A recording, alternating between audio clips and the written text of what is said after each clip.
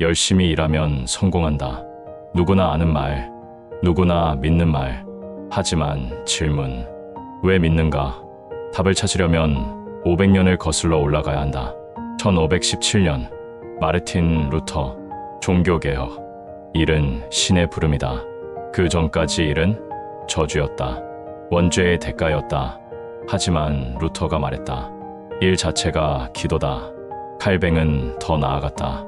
열심히 일하는 것은 구원의 증거다. 신이 선택한 사람은 근면하고 성공하고 부를 쌓는다. 그래서 사람들은 미친 듯이 일했다. 구원받으려고.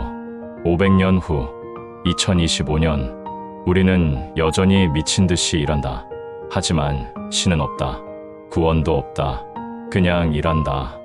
열심히 일하면 성공한다고 믿으면서. 막스 베버. 신이 떠난 자리, 근면이 신이 되었다. 열심히 일하면 성공한다. 이 믿음은 종교였다. 하지만 지금은 종교 없는 신앙, 의미 없는 근면. 당신은 무엇을 위해 일하는가? 구원 아니면 생존? 막스 베버, 독일 사회학자. 근대 자본주의의 기원을 추적했다. 1905년 프로테스탄트 윤리와 자본주의 정신에서 박혔다. 자본주의는 종교에서 시작됐다. 프로테스탄트의 소명 개념이 근대의 일윤리를 만들었다. 하지만 그는 경고했다. 합리화된 세계는 인간을 철장 속에 가둔다. 신이 사라진 시대, 의미 없는 근면만 남았다. 일은 신의 부름에서 시작됐다. 하지만 지금은 철장이 됐다. 지금부터 그가 발견한 것을 파헤쳐보자. 일은 어떻게 신성해졌는가? 왜 우리는 의미 없이 일하는가? 그리고 철장에서 벗어날 수 있는가? 칼뱅주의 상인의 하루. 1620년 제네바. 한 상인의 집. 새벽 5시. 일어난다. 무릎 꿇고 기도한다. 오늘도 당신의 부름에 응답하겠습니다. 가게를 열고 정직하게 장사한다. 속이지 않고 가격을 부풀리지 않는다. 왜? 신이 보고 있으니까. 저녁 장부를 정리한다. 이익이 났다. 기뻐하지 않고 사치하지 않고 저축한다. 왜? 부는 신의 축복이지만 사치는 죄니까. 밤 다시 무릎 꿇는다. 제가 충실했습니까? 칼뱅주의는 예정서를 믿었다. 구원받을 사람은 이미 정해졌다. 그렇다면 어떻게 아는가? 내가 선택받았는지. 증거를 찾아야 한다. 열심히 일하고 성공하고 부를 쌓는 것. 신이 선택한 사람은 축복받는다. 축복의 증거는 부다. 그래서 칼뱅주의자들은 미친 듯이 일했다. 축복의 증거를 만들려고. 금욕하고 사치를 피하고 자본을 축적했다. 이것이 자본주의의 시작이었다. 베버는 이것을 소명이라고 불렀다. 신의 부름. 중세 가톨릭은 달랐다. 일은 저주였다. 진짜 신앙은 수도원에 있었다. 하지만 프로테스탄트는 말했다. 일상의 일이 기도다. 직업이 소명이다. 일은 신의 부름이다. 충실하게 일하는 것이 신앙이다. 이 믿음이 세상을 바꿨다. 일이 신성해졌다. 근면이 미덕이 됐다. 자본주의가 태어났다. 당신은 어떤가? 일을 소명으로 느끼는가? 아니면 의무로 느끼는가? 소명을 이해했다면 이제 변화를 봐야 한다. 신이 사라지면 무슨 일이 벌어지는가? 번아웃된 직장인. 2024년 서울 한 직장인의 집. 새벽 7시에 알람이 울리고 일어나서 세수하고 커피를 마신다. 생각 없이 지하철을 탄다. 회사에 도착해서 컴퓨터를 켜고 이메일을 확인한다. 회의, 보고서, 점심, 회의, 보고서, 야근. 왜? 해야 하니까.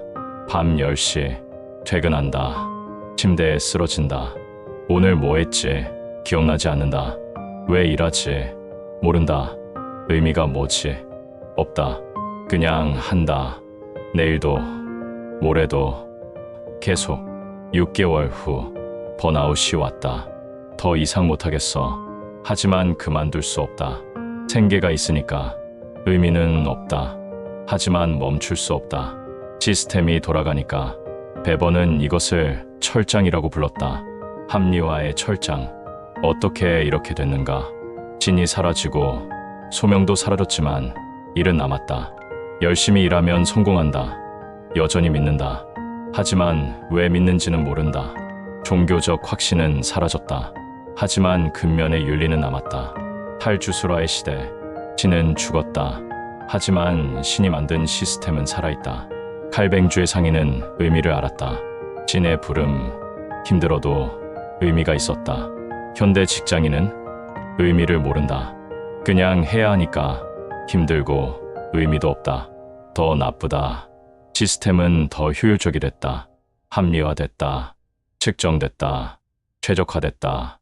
인간은 부품이 됐다. 효율의 도구가 됐다. 합리화된 세계는 인간을 철장 속에 가둔다. 의미 없는 근면, 끝없는 효율, 벗어날 수 없는 시스템. 당신은 어떤가? 철장 속에 있는가?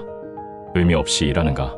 철장을 이해했다면 마지막 질문을 해야 한다. 벗어날 수 있는가? 소명을 되찾은 사람. 2023년 한 교사의 이야기.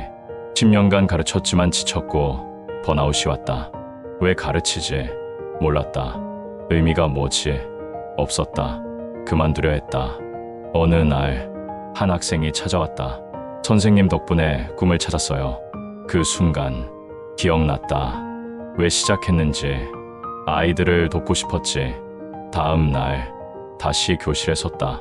시스템도 행정도 월급도 똑같다. 하지만 달랐다. 의미가 돌아왔다. 나는 시스템을 위해 일하는 게 아니야. 아이들을 위해 일해. 베버는 답을 주지 않았다. 진단만 했다.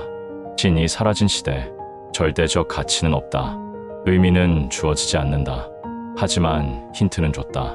의미는 스스로 만들어야 한다. 소명은 발견하는 것이 아니라 선택하는 것이다.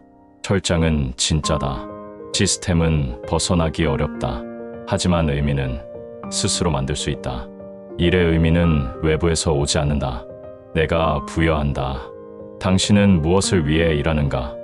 시스템 아니면 가치. 현대를 사는 우리에게 무엇을 말하는가? 첫째, 소명은 종교였다. 열심히 일하면 성공한다는 믿음. 500년 전엔 구원의 증거였다.